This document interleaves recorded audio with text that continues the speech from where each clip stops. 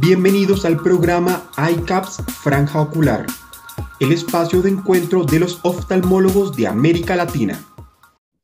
Bienvenidos a iCaps Franja Ocular. Les habla el doctor Juan Valle. Este programa es para usted. Es el programa del profesional de la oftalmología para los pacientes que tienen problemas o dificultades visuales.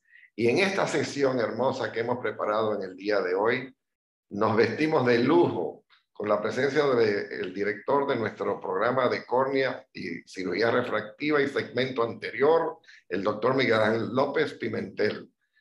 El doctor Miguel Ángel López es un avanzado en lo que concierne la cirugía del pterigium y cirugía corneal. Y era apenas un residente cuando se embarcó en la investigación de la membrana amniótica y hoy va a compartir con nosotros una serie de descubrimientos realizados por él mismo sobre pegamentos tisulares, membranas amnióticas y más en el manejo de pterigiones y patologías del segmento anterior y córnea. Entonces es para mí un honor presentar a mi querido doctor López y también lo que viene después, que va a ser muy apropiado para lo que es la película Lagrimal con la doctora Larisa Morel, quien nos va a hablar sobre el tratamiento de las glándulas de meibomio, el ojo seco y una serie de tecnologías nuevas que se aplican en aquellas personas que padecen de superficie. Con ustedes, el doctor Miguel Ángel López, aquí en iCaps Franja Ocular. Entrevista en iCaps Franja Ocular. Gracias, doctor Juan Valle, por su presentación. Para mí es un placer siempre compartir con usted en Franja Ocular, el cual es un buen lugar para el aprendizaje de todos los oftalmólogos y especialmente los residentes. Pues vamos a hablar hoy de pegamentos autólogos en cirugía de pterigión. Y los pegamentos tisulares fueron desarrollados como alternativa a las suturas parasitarias heridas de los tejidos y han ganado popularidad su uso por el bienestar postoperatorio que ofrecen, pero su costo es alto para nuestros países. Y hoy vamos a discutir básicamente lo que hablamos de los pegamentos autólogos. No tenemos ningún interés comercial en esta presentación. Y a través de los años se han usado, como dijimos, diferentes técnicas quirúrgicas para el manejo del pterigión. Y el éxito quirúrgico ha sido básicamente evitar la recurrencia. El autoinjerto de conjuntiva, como podemos ver, hasta ahora es la técnica ideal con un porcentaje de recurrencia bastante bajo, de alrededor de un 5%. Y para hacer la técnica más eficiente se usan adhesivos tisulares sintéticos que han disminuido el tiempo quirúrgico y la inflamación ocular. Tenemos que señalar que los adhesivos tisulares los usamos por igual en membranas amnióticas y también para el uso de las propiedades, otras propiedades que tiene la sangre, como el uso de la membrana rica en fibrina. Existen diversos tipos de pegamentos tisulares, como señalamos, los sintéticos, y vamos a hablar de los adhesivos autólogos.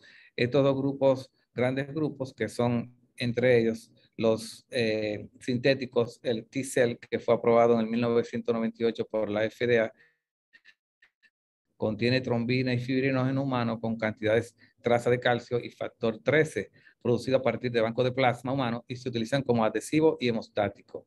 Los adhesivos tisulares autólogos adquiridos a partir del plasma del propio paciente, muchos métodos de producción hay descritos en la literatura y vamos a destacar básicamente el AutoGlue, es el plaquetario autólogo y la membrana de plaquetas rica en fibrina. Además del pegamento tisular también que vamos a mencionar, el pegamento tisular autólogo propiamente dicho. El adhesivo tisular, el sintético, no vamos a hablar y entrar en detalle en él, vamos a hablar básicamente de los adhesivos autólogos, que son, como señalamos, terapia exitosa para trastornos oculares y en general aceleran y optimizan el proceso de cicatrización natural de los tejidos en la etapa inflamatoria, etapa de proliferación, etapa de reparación y etapa de remodelado. Y dentro de esto también tienen las propiedades de adhesivos tisulares y destacamos el AutoGlue, como mencionamos, el gel plaquetario y la membrana en plaquetas rica en fibrina. El pegamento tisular ideal es aquel que es seguro por no producir efectos adversos, útil para lograr el efecto deseado, eficiente en su método de elaboración y ser un costo accesible.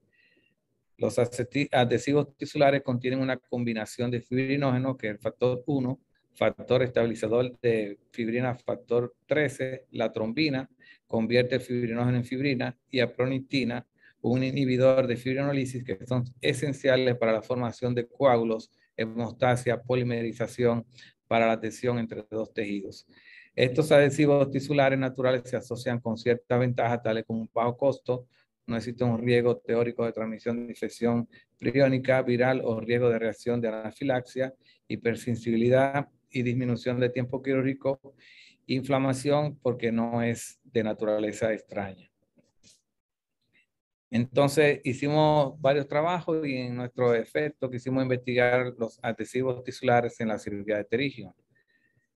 Razón por la cual se realizaron 3 estudios, todos en común los 3, que es la misma metodología, eran prospectivo, descriptivo, observacional, longitudinal, y todos se realizaron en el Hospital Dr. Elías Santana. Este trabajo, el de autoinjerto de conjuntiva sin sutura ni adhesivo, lo realizamos en noviembre de 2011, marzo de 2012. Fueron 23 pacientes, 27 ojos, inclusión pterigium primario recidivante, que no tuviera ningún trastorno tampoco en la coagulación. Se mandó a enviar con pruebas para detectar ese problema. Y la técnica quirúrgica consiste en retirar básicamente el pterigium y el injerto después colocar el injerto de conjuntiva. Aquí vemos ya cómo funcionamos el vaso de sangre y colocamos entonces el tejido, secamos bastante bien, esperamos aproximadamente 2 a 3 minutos para que se vea la adherencia. Luego colocamos entonces un lente de contacto y le pedimos al paciente que parpadee para verificar que hay una adherencia completa del pterigium.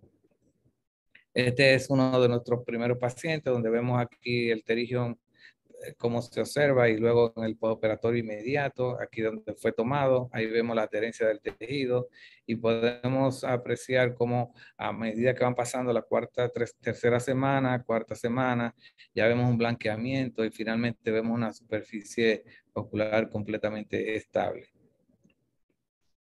La duración del procedimiento fue alrededor de 15 minutos. Eso manejó bastante bien la cirugía, y la adhesión del tejido de conjuntiva. Como conclusión, decimos que la sangre autóloga es una alternativa viable en la cirugía de pterigium. Es una técnica reproducible, rápida y con menos riesgo para el paciente. Otra técnica que utilizamos fue la membrana de plaquetas rica en fibrina en cirugía de pterigium, la cual la realizamos un estudio de septiembre de 2016 a marzo de 2017 con la doctora Adriana Blanco, y fueron 12 pacientes, 12 ojos, y nuestros criterios de inclusión fueron todos pacientes con pterigium primario. A cada paciente se le trajo 16 ml de sangre venosa fresca de una vena antecubital. Se recogieron en 2 tubos de vidrio, cada uno de 10 ml, sin anticoagulante justo antes de la cirugía, y la muestra de sangre se centrifugó inmediatamente a 3.400 revoluciones por minuto durante 7 minutos. Luego, continuando con el procedimiento, se extrajo el coágulo de cada tubo de vidrio colocándolo en la bandeja. Luego de extraerlo, se procedió a separarlo mecánicamente de los glóbulos rojos. Realizada la separación, se comprimió suavemente usando una caja de membrana de plaquetas rica en fibrina. Aquí podemos apreciar ya cuando tenemos ya el producto final, el cual lo utilizamos para utilizarlo en los pacientes. Y aquí vemos este caso que tenía una lesión en la parte nasal, el cual le colocamos la membrana rica en plaquetas, y podemos apreciar ya a la 6ª semana cómo se ve un área completamente y una superficie completamente regular. El tiempo de repitalización, básicamente de los casos de pterigium, se repitalizaron en la segunda semana con una media de 2.3 semanas. Luego de cirugía, la repitalización se valoró mediante tinción con fluoresceína. Y concluimos que la membrana autóloga está presente los primeros 5 a 7 días, donde se realiza una liberación sostenida de factores de crecimiento. Es una alternativa quirúrgica para cirugía de pterigium. Es un método sencillo, rápido de tener y de bajo costo. Una técnica 100% autóloga, segura y eficaz. Buscando todavía mucho más alternativas que sean útiles para utilizar como pegamento tisular y plasma rico en plaquetas, utilizamos entonces este estudio donde buscamos otro componente más que el primero es el pegamento tisular, que consiste en la combinación de plasma pobre en plaqueta, el cual es rico en fibrinógeno, junto con cloruro de calcio y trombina. Esto con el fin de recrear en el laboratorio el último paso de la cascada de la coagulación, que consiste en la formación de polímeros de fibrina mediante la reacción de trombina y fibrinógeno, adquirido de una muestra de sangre. La trombina y plasma pobre en plaqueta, como fuente de fibrinógeno, son activados con cloruro de calcio para formar coágulos de fibrina, considerando así el pegamento tisular autólogo. El pegamento tisular fue desarrollado por primera vez en 1970 a partir de la polimerización de fibrinógeno más trombina con calcio. Y aquí entonces nos planteamos producir un pegamento tisular autólogo para la adhesión y regeneración de los injertos de la superficie ocular. Este fue razón por la cual se realizó un estudio de tipo intervencional, prospectivo, experimental, donde evaluamos 18 ojos operados de superficie ocular con injertos y la aplicación de derivados sanguíneos. El método de producción consistió en la obtención de 20 cc de sangre antecubital venosa para ser colocada en 6 frascos con citrato de calcio. Estos se centrifugan a 2500 revoluciones por 10 minutos para separar el plasma de los glóbulos rojos. En un tubo nuevo se obtienen 1.5 ml de la parte superior del plasma destinado a la obtención de trombina, y este volumen se mezcla con gluconato de calcio y se deja en baño de María por 15 minutos para obtener plasma calcificado. En otro tubo se aíslan 6 ml de plasma destinado a la obtención del plasma pobre en plaqueta y plasma rico en plaqueta. El aislamiento del pegamento tisular autólogo y el gel plaquetario en el postoperatorio inmediato mediante la centrifugación en 2 tiempos de una muestra de 20 ml de sangre, y la fuerza del pegamento está determinada por la concentración del fibrinógeno y la concentración de la trombina regular y la rapidez de la polimerización.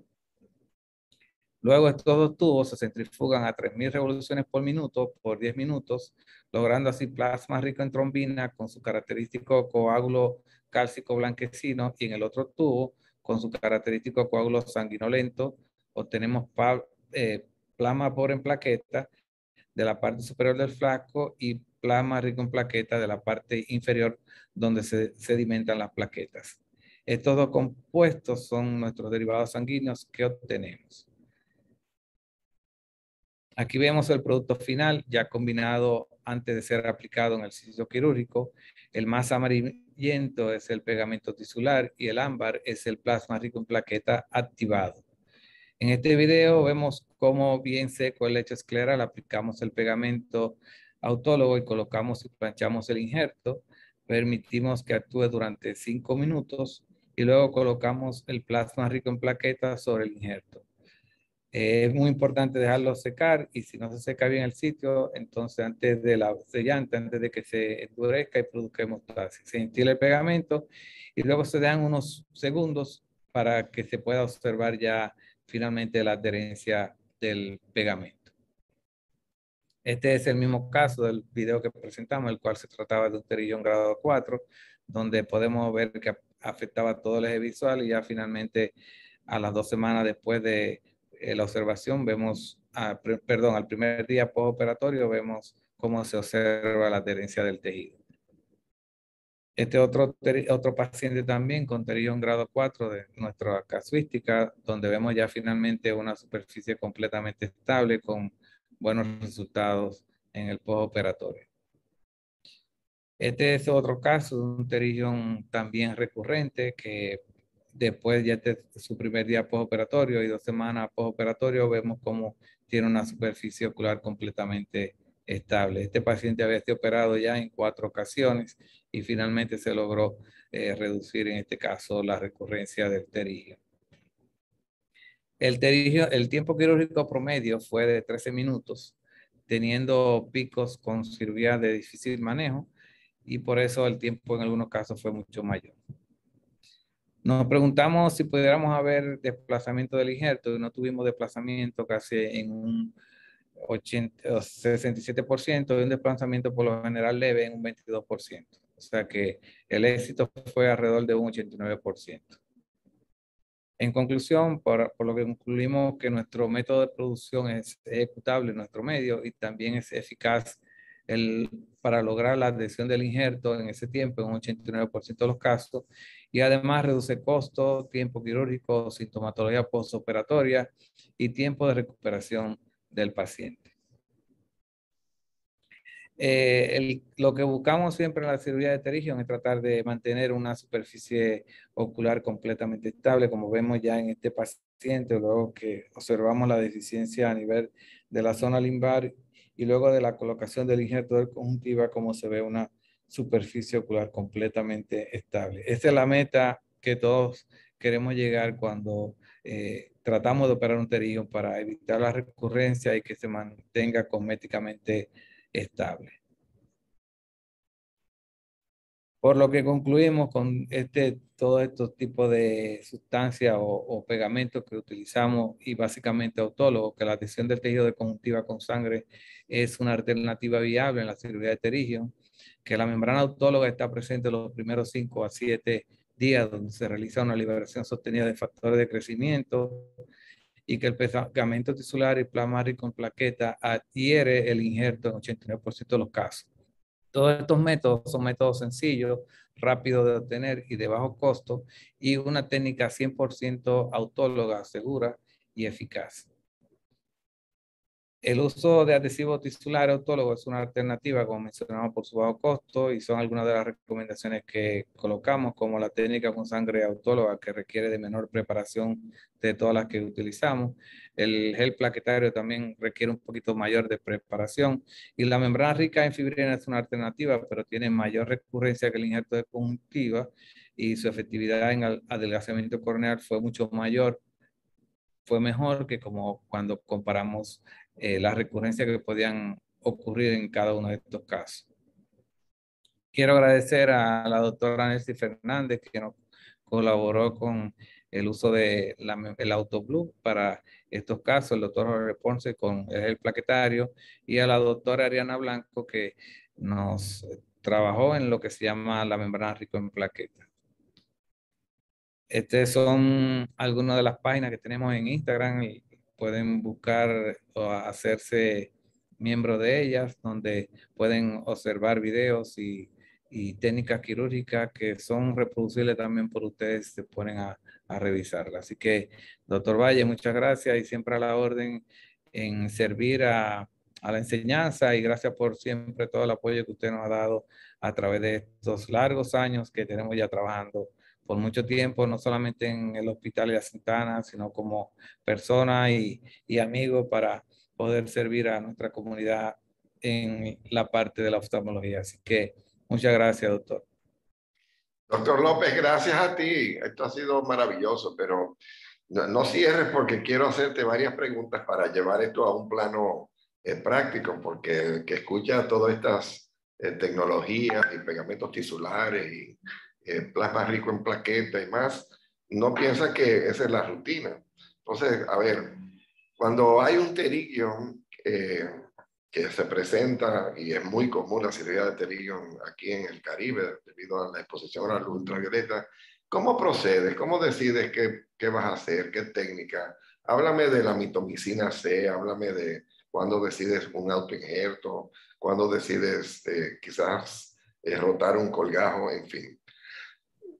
Bueno, mi primera, siempre cuando yo observo un pterigion, como me gusta mantener la superficie corneal completamente estable, yo me voy casi en un 90%, puedo decir, en injerto de conjuntiva. O sea, si el paciente no tiene problema tiene una buena conjuntiva, no tiene ningún antecedente de glaucoma y tiene, o sea, un pterigion que se ve bien grueso, carnoso, yo siempre obtengo y me voy. Y depende también de qué trabaja, me voy por un injerto de conjuntiva. Ahora, si el paciente tiene ya un antecedente de glaucoma o tiene glaucoma, entonces me gusta combinar la membrana amniótica con la mitomicina C. Y realmente los resultados son espectaculares también con la membrana amniótica, conjuntamente con la mitomicina C, donde baja un porcentaje básicamente alrededor del 8% de evitar la recurrencia. Pero si el paciente tiene una recurrencia, entonces y no ha sido operado con injerto de conjuntiva y lo observamos, yo básicamente puedo irme por el injerto de conjuntiva conjuntamente también con la membrana, perdón, con la mitomicina. Entonces, a Mitomicina, ver, la mitomicina C la usas cuando usas membrana amniótica, pero no con el autoinjerto. Entiendo que es así. no, yo la uso si hay recurrencia, sí, exacto, es así, pero si hay recurrencia de el pterigium y ya llega a nosotros, trato de utilizar entonces mitomicina C con injerto de conjuntiva. Entonces, dime la concentración que acostumbran a usar y los minutos que la colocan.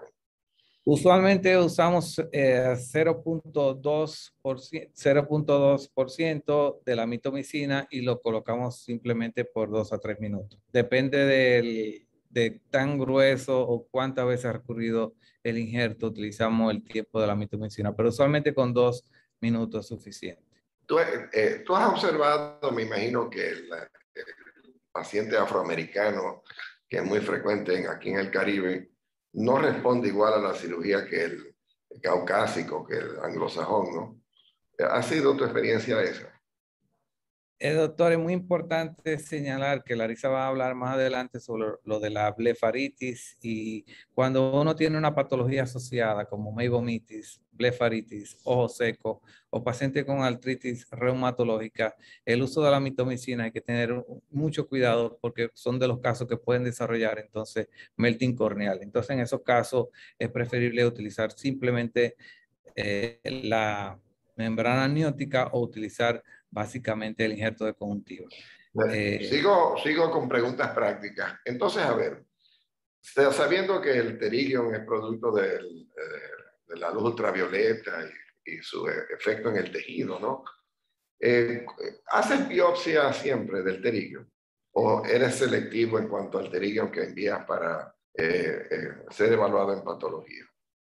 La biopsia la hacemos 100% en los pacientes que son recurrentes. O sea, si un paciente recurrió, es bueno hacerle la biopsia. Y ya en pacientes con pterigium primario, depende de la observación que uno le haga, pero casi en un 60-70% recomendamos que se haga biopsia. Por lo que usted señala de la cantidad de luz ultravioleta, donde uno puede sospechar que es un pterigium y a veces se sorprende de la lesión que puede encontrar. Y por eso, en algunos casos que sea sospechoso, es bueno hacerle un OCT de segmento anterior y ver las características, cómo se desarrolla esa conjuntiva a nivel nasal o temporal.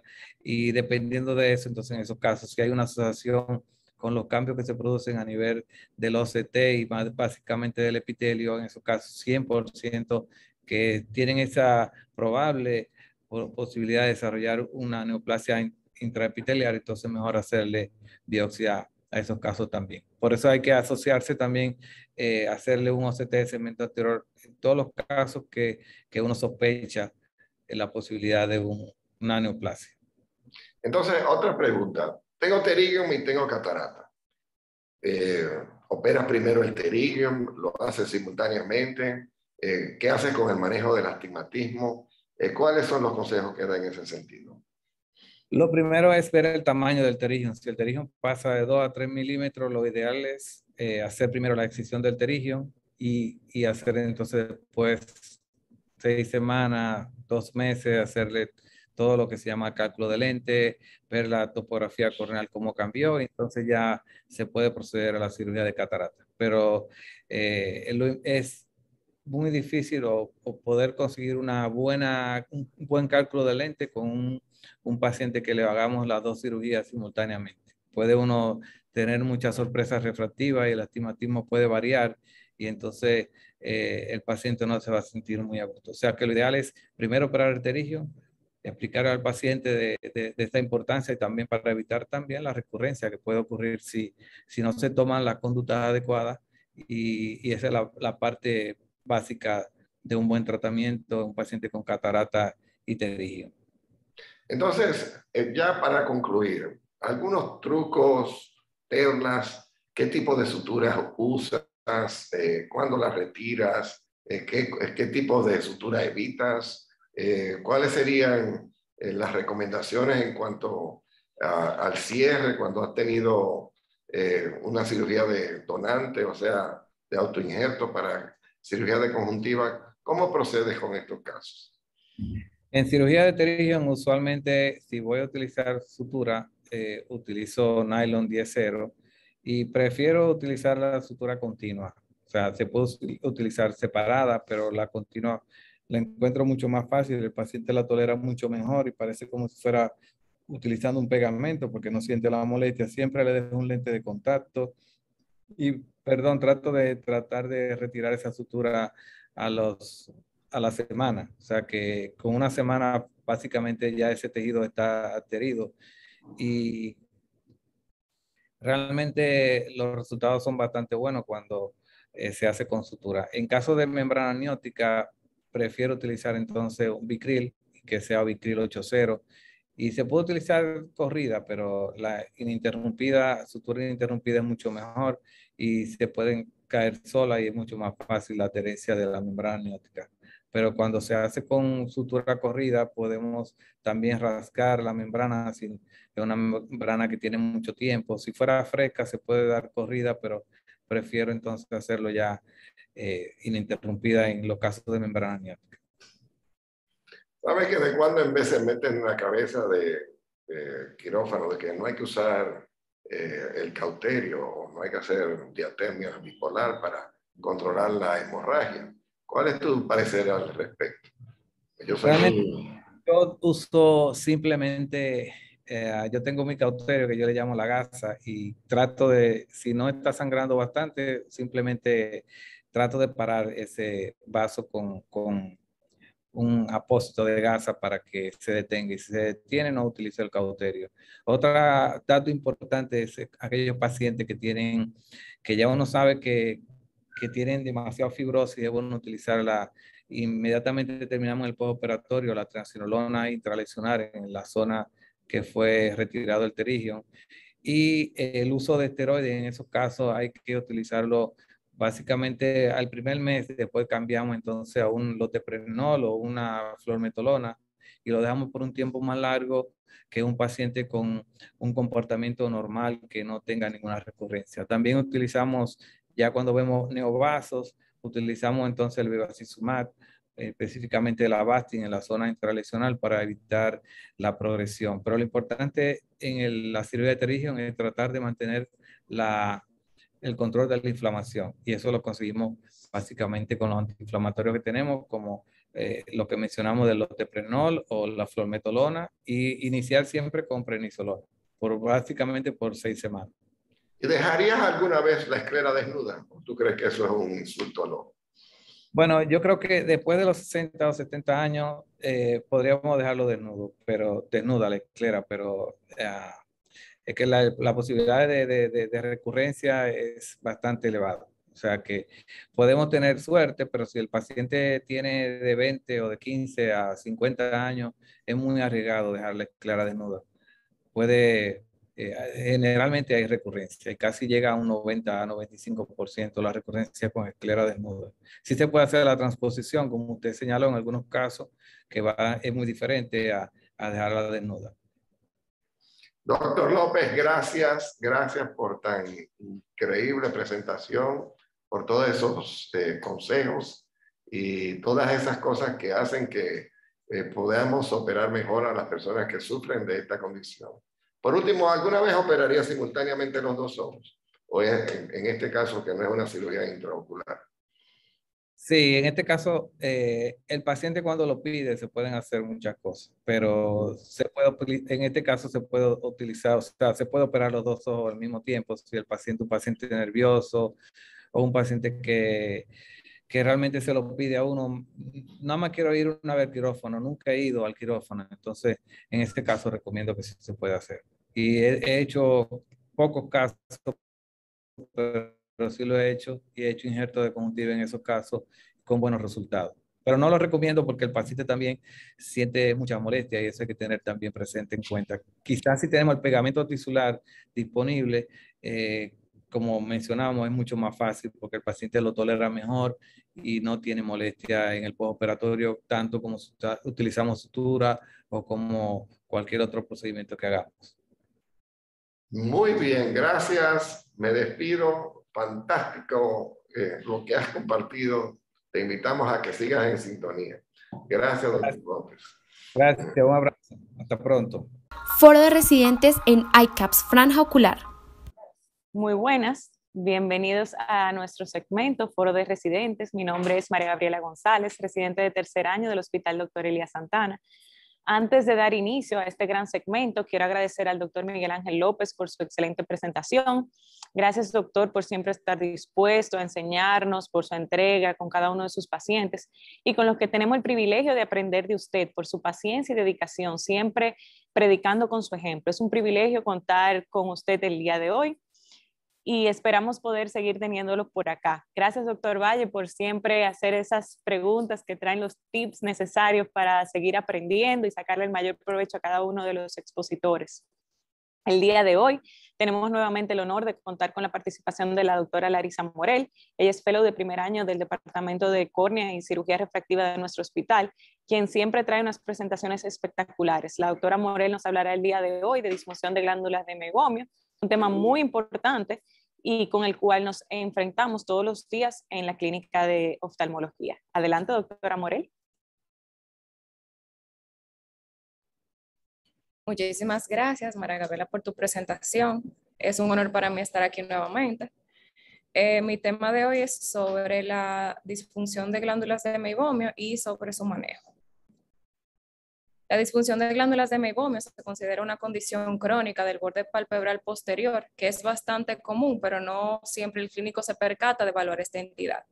Se define como una anomalía crónica y difusa de las glándulas de meibomio, caracterizada por una obstrucción de la misma o cambios en la secreción glandular, que da como resultado alteración de la película lagrimal. Podemos tener síntomas de irritación ocular y apariencia clínica de inflamación. Debemos siempre tener pendiente esta patología en aquellos pacientes que se quejan de ojo seco, ya que esta es la causa más común de ojo seco evaporativo y se estima que el 70% de norteamericanos tienen esta alteración luego de los 60 años. Antes de entrar de lleno a lo que es la disfunción de glándulas de meibomio, vamos a hablar de cosas básicas como la anatomía. Estas glándulas son en número de 30 a 40 en párpado superior y de 20 a 30 en párpado inferior y están organizadas de forma lineal y perpendicular al borde palpebral. Este va a ocupar todo el grosor del plato tarsal posterior y estos orificios van a emerger posterior a las salidas de las pestañas y anterior a la unión mucocutánea. Podemos tener relaciones con tejido elástico, fibras de músculo liso y porciones del músculo orbicularis oculi, como por ejemplo el músculo de Riolano que sirve de bomba, que va a estar íntimamente relacionadas con las glándulas. Dentro de las funciones está que el meibo va a retardar la evaporación de la película lagrimal, previene contaminación de la película lagrimal proporcionando una barrera al sebo cutáneo, disminuye la barrera de tensión de la lágrima, permitiendo que el agua pueda entrar a la película lagrimal y de por sí engrosarla. También va a sellar el margen palpebral al dormir, provee una superficie óptica adecuada y aumenta la estabilidad de la película lagrimal. Dentro de los factores de riesgo está la edad, a consecuencia de la deficiencia de hormonas, el síndrome de Sjögren, el síndrome de Steven-Johnson, psoriasis, atopía, síndrome de ovario poliquístico, hipertensión, la presencia de Demodex y el uso de medicamentos como la isotretinoína, el uso de antihistamínicos, antidepresivos y tratamiento de reemplazo hormonal. Además de esto, también se describe el pemfigoide de las membranas mucosas como un factor de riesgo sistémico, como factor de riesgo ocular, añadiendo a lo que dije anteriormente, el uso de lentes de contacto. Y en factores ambientales también se describe las dietas pobres en ácido omega 3, temperatura y humedad ambiental, y los pacientes que utilizan ordenadores o dispositivos de iluminación de tiempo prolongado. En cuanto a la patofisiología, la disfunción de las glándulas de meibomio es una enfermedad muy compleja que está asociada o causada por factores microbianos, hormonales, metabólicos o ambientales. En esta gráfica podemos ver la patofisiología propuesta por el Taller Internacional de Disfunción de Glándulas de Meibomio, en el cual se describe que la obstrucción secundaria al meibo, que va a estar aumentado de viscosidad o por una hiperqueratinización de los ductos glandulares, disculpen, va a producir una disminución de la secreción del meibo, causando una inestabilidad de la película lagrimal y por consiguiente llevando al ojo seco. Factores como los que mencioné anteriormente, sumándole la reducción del parpadeo, influencia del estado físico o funcional del estado de la glándula, este va a llevar a una pérdida de función, cambios morfológicos, atrofia o pérdida total de la glándula. Y también se ha visto la asociación de una expresión de más de 400 genes. En cuanto a la clasificación, este diagrama básicamente lo resume. En cuanto a, propiamente dicha, la disfunción del glándula de meibomio, podemos dividirla en secreción baja y secreción elevada. En la secreción baja podemos tener una glándula hiposecretora o obstructiva, y en la secreción elevada podemos tener una glándula hipersecretora. En cuanto a la secreción baja hiposecretora, puede ser primaria o secundaria, como por ejemplo el uso de medicamentos. La obstructiva se puede dividir en cicatrizal, la misma se subdivide en primaria y secundaria, y la secundaria se puede ver asociada a alteraciones o enfermedades como tracoma, eritema multiforme y atopía. La no cicatrizal igualmente se va a dividir en primaria y secundaria, y la secundaria va a estar asociada a dermatitis seborreica, acné rosácea, atopía o psoriasis. Y la hipersecretora, de igual manera, se divide en primaria y secundaria, y en cuanto a la secundaria, es secundaria, valga la redundancia, de dermatitis seborreica o acné rosácea. Todas estas entidades se van a resumir en lo que son los síntomas que el paciente describe, que son una alteración en la película lagrimal, irritación ocular, una inflamación que puede ser clínicamente aparente, y esto va a llevar a una patología de superficie como es el ojo seco. Los pacientes van a presentar síntomas no específicos como puede ser irritación, sensación de quemazón, picazón, disminución fluctuante de la agudeza visual, sensación de cuerpo extraño y fotofobia. Dentro de los signos clínicos que puede ver el médico, vamos a tener una reducción del número de orificios glandulares, y los mismos usualmente se van a ver desplazados posterior. El borde palpebral va a estar engrosado, eritematoso, hiperqueratinizado, vascularizado y con telangiectasia. En cuanto a los métodos diagnósticos clínicos que se pueden hacer en consultorio, podemos realizar lo que es la expresión manual de la glándula de meibomio. Es una técnica diagnóstica y también puede ser terapéutica, en la cual se va a presionar el borde del párpado y vamos a ver una secreción anormal. Lo normal es ver un líquido claro, básicamente transparente, y cuando tenemos alguna patología, este líquido se va a volver turbio, granular o similar a pasta de dientes. También se puede hacer el examen de osmolaridad, recordando que el valor normal son valores menores de 300 miliosmoles por litro, y que ya valores superiores a estos van a ser diagnósticos de ojo seco. También podemos ver lo que es la ruptura o el tiempo de ruptura lagrimal, que lo normal es que sea más de 10 segundos, tinción conjuntival y corneal. Lo usual en estos pacientes es ver una tinción puntiforme en el tercio inferior de la córnea. Y también podemos realizar el test de Schirmer, en el cual va a ser diagnóstico de ojo seco cuando este sea menos de 5 milímetros a los 5 minutos. También podemos hacer el diagnóstico por imágenes. La meibografía va a utilizar la transiluminación biomicroscópica del párpado evertido con una fotografía o un video con luz infrarroja. Esta va a facilitar, entre otras cosas, la clasificación fenotípica y numérica de las glándulas en cada párpado, la forma de los acinos, la tortuosidad y las ramificaciones hasta el borde libre, así como el estado de los orificios externos, la dilatación de los ductos o la atrofia de los mismos. En cuanto a la microscopía confocal, se ha demostrado que los pacientes con alteración o con problemas en la glándula de meibomio vamos a tener una densidad glandular menor que los controles sanos. A la medida que estas glándulas se van a ir atrofiando, se va a producir un aumento en la profundidad de los ductos residuales, el cual se va a atribuir a que la secreción va a estar más espesa. También esta técnica en verdad es poco utilizada en la práctica clínica actual, pero es un campo que se está investigando actualmente para poder incorporar este método a los diagnósticos de la deficiencia de glándulas de meibomio.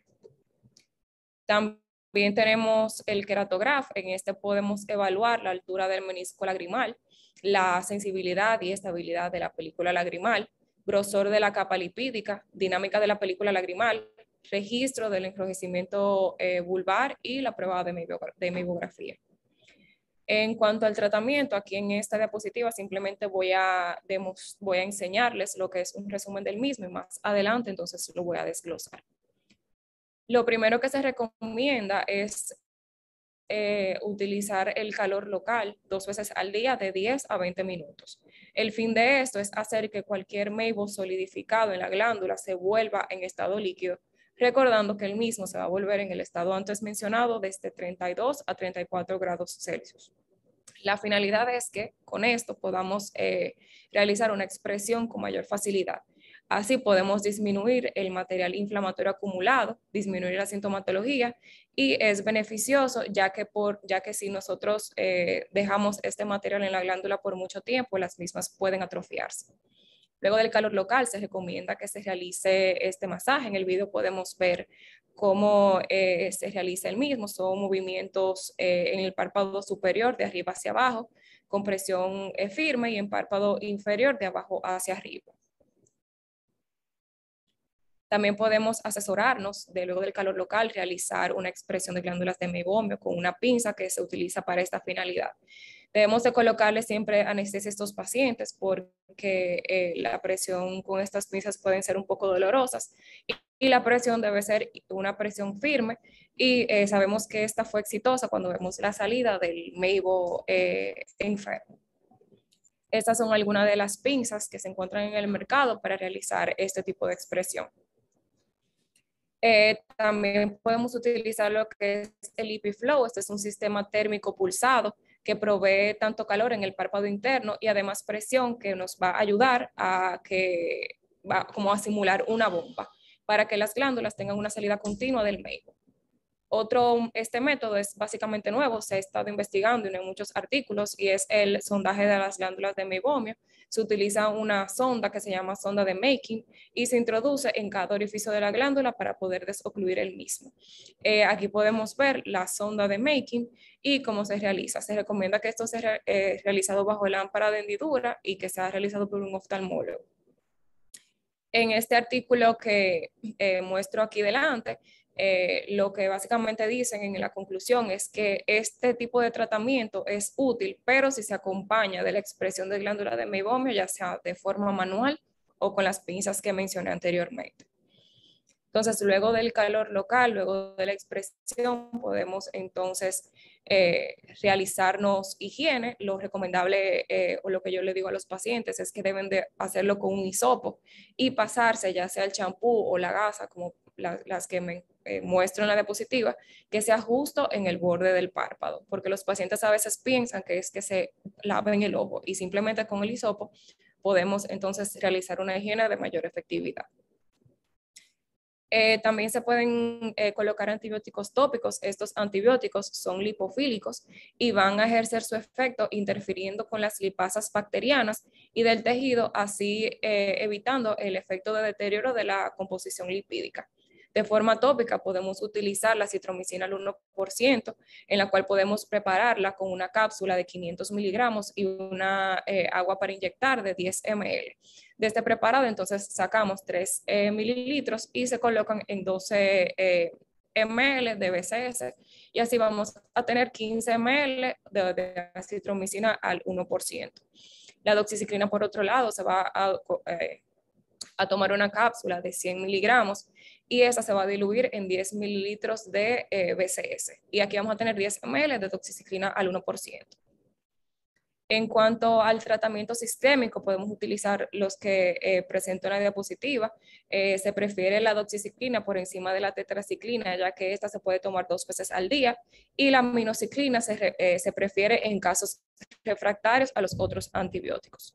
El uso de tratamientos sistémicos solamente se va a reservar para aquellos pacientes con síntomas prominentes y esos se van a utilizar por varios meses. También se describe la ingesta de omega 3. Este se ha propuesto como una posible opción terapéutica para aquellos pacientes con disfunción de glándulas. La teoría es que ya que el MEIBO está patológicamente anormal, es posible que la composición del mismo pueda ser influenciada por cambios en la ingesta dietética de lípidos esenciales. Varios estudios han demostrado que el uso de omega 3 como suplemento va a producir una mejora de los síntomas de ojo seco, mayor estabilidad de la película lagrimal y mayor secreción de lágrimas. El uso ya de esteroides y antibióticos combinados se utilizan en aquellos pacientes con una inflamación significativa y estos se van a utilizar en espera de que el tratamiento sistémico haga el efecto. A continuación voy a hablar un poquito sobre la terapia de luz pulsada intensa regulada. Este es un tratamiento para ojo seco que va a generar pulsos de luz policromática de forma homogénea que van a ser enviados de forma regulada para estimular las glándulas de meibomio para mejorar su función. Este va a mejorar la función de la glándula de meibomio, va a destapar a las mismas, reduce la inflamación, mejora la calidad de la película lagrimal y regenera potencialmente la estructura de la glándula. La diferencia entre la luz intensa pulsada regulada de la luz pulsada regulada es que la IPL va a utilizar pulsos de luz no regulados y que la energía entre cada pulso disminuye de forma gradual desde el inicio hasta el final del mismo. El IRPL entonces va a utilizar pulsos de luz regulada, el tratamiento va a estar más dirigido y la luz va a estar dividida en subpulsos manejados de forma individual con distintas duración e intensidad de luz. Entonces, ¿cómo va a trabajar el IPRL? Van a ser pulsos de luz que van hacia la glándula de meibomio y se describe que van a producir una estimulación del nervio parasimpático que inerva la glándula. Por esta estimulación, entonces va a haber una regeneración de la glándula de meibomio, una mejora de la calidad de la secreción de la misma y estabiliza la capa lípida de la lágrima y también disminuye la inflamación. Aquí entonces muestro un artículo que habla sobre el uso de este nuevo tratamiento, en los cuales llevan a la conclusión de que este puede ser un potencial tratamiento de los pacientes que tienen deficiencia de glándula de meibomio. La única dificultad es que se requieren más de 4 tratamientos para poder ver la efectividad del mismo. Eso es todo lo que tenía para el día de hoy. Muchísimas gracias por la oportunidad. Doctora Morel, gracias. Excelente la presentación. Vamos a hablar un momentito de esto que a mí me apasiona también. La glándula de meibomio en el aspecto clínico, en la enseñanza, es decir, en la parte de la formación de residentes y de oftalmólogos, tiene la particularidad de que lamentablemente la mayoría de la gente no se fija en ellos. Es decir, cuando hacemos el pase de la lámpara de hendidura, vemos la conjuntiva, algunas veces nos detenemos a ver el punto lagrimal, pero ya inmediatamente nos tiramos a la córnea, a la cámara anterior y cristalino, más que la mayoría de la gente lo que está buscando cataratas. Pero hay que ponerle atención a la glándula de meibomio. Entonces, yo quisiera que describieras cuál es la rutina cuando haces la evaluación, sobre todo un paciente de ojo seco, de cómo procedes en esta evaluación. Lo primero que debemos de, como usted dijo bien, o sea, yo tengo como un orden, por lo menos yo para ver los pacientes. Lo primero que yo veo es el borde palpebral, ya entonces yo le digo al paciente que mire para arriba, le evalúo lo que es el tarso y yo también, o sea, también hago una expresión manual de las mismas glándulas de meibomio. Si yo veo que el líquido es un líquido transparente, que el paciente no tiene sintomatología, simplemente le puedo mandar higiene y calor local solamente si tiene algún tipo de sintomatología. Ya entonces si veo que el paciente tiene molestias o tiene una secreción más sólida o que sale en pasta de dientes, entonces ya yo le indico el tratamiento que mencioné anteriormente. Si luego de lo que yo usualmente no hago es la expresión de manera inmediata, sino que yo le doy el chance de que el paciente con calor local y con higiene y con ungüento mejor, y ya si yo lo vuelvo y lo cito y veo que el paciente no mejora, entonces yo le pongo tratamiento sistémico y le realizo una expresión las pinzas que nosotros tenemos disponibilidad en el hospital. Y hay un detalle. A ver, la glándula de meibomio, ya cuando vemos muchos casos, van a ver aquellas que cuando lo aprietas, como bien has dicho, y usamos el pulgar, y estoy haciendo la imagen para que se pueda apreciar, vierto y presiono el tarso superior viendo lo que sale del orificio. Y si sale claro, como aceite de oliva, pues eso es lo ideal. Pero si es pastoso, si parece pasta de dientes, pues hay que pensar entonces que hay inflamación. Entonces no se debe manejar de la misma manera aquellos que tienen una disfunción porque la glándula o está tapada o no está segregando, de aquellos que tienen una meibomitis. Entonces, a ver, ¿cómo separas y cómo manejas aquellos de meibomitis de los que simplemente tienen cerradas o atrofiadas las glándulas de meibomio? Con la nueva tecnología, como mencioné ya al final, ese aparato lo tenemos en el hospital. Usualmente cuando tenemos glándulas que están atrofiadas, se recomienda el uso de la luz pulsada regulada, porque se describe que este puede estimular lo que es el nervio parasimpático y dicen que puede haber una regeneración de la glándula. Ya cuando el paciente tiene una meibomitis per se, lo ideal, como se describe en la literatura, es que usualmente están causados por una sobrepoblación de microorganismos o por pacientes, por ejemplo, que ya tienen una patología de superficie, como es el síndrome de Sjögren o el síndrome de Steven-Johnson. Ya sería ahí un poquito más difícil porque tenemos una patología ya bastante agresiva de base. Pero lo ideal es utilizar antibióticos tópicos o antibióticos sistémicos ya cuando tenemos, o sea, cuando ya es una meibomitis de por sí causada por alguna infección, básicamente. Cuando hablamos de la película lagrimal, sabemos que pegada a la epitelio corneal está la mucina, la capa acuosa es la del medio, y la más superficial y superior es la lipídica, la que producen las glándulas de meibomio. Entonces, cuando no hay meibum, cuando no hay aceite, y esto es algo crítico y fundamental que hay que entender, la evaporación es mucho más rápida. Es decir, el tiempo de rompimiento, de ruptura de la película lagrimal se acelera, y por eso la importancia del meibom. Lamentablemente no hay muchas gotas o medicamentos que sustituyan el meibom. De hecho, aquí en América Latina, el Restasis, que es ciclosporina o el Modusic, son las únicas dos maneras de nosotros reemplazar la capa lipídica. En otros países, en Europa y en el Oriente, hay muchas maneras de sustituir de manera oleosa la película lagrimal, pero a nosotros nos queda solamente hacer lo de la expresión de las glándulas, y que, por cierto, y ya hablábamos de eso antes de tu presentación, antes de la expresión es crítico quitarle el opérculo. En las conferencias que da en la academia, los expertos en glándulas de meibomio, el primer paso tiene que ser raspar o destapar o quitar la oclusión que tiene el orificio de la meibomio, para permitir entonces que cuando hagamos la presión pueda salir su contenido. Uno de los testimonios, Larisa, más importantes que yo escuché casualmente fue con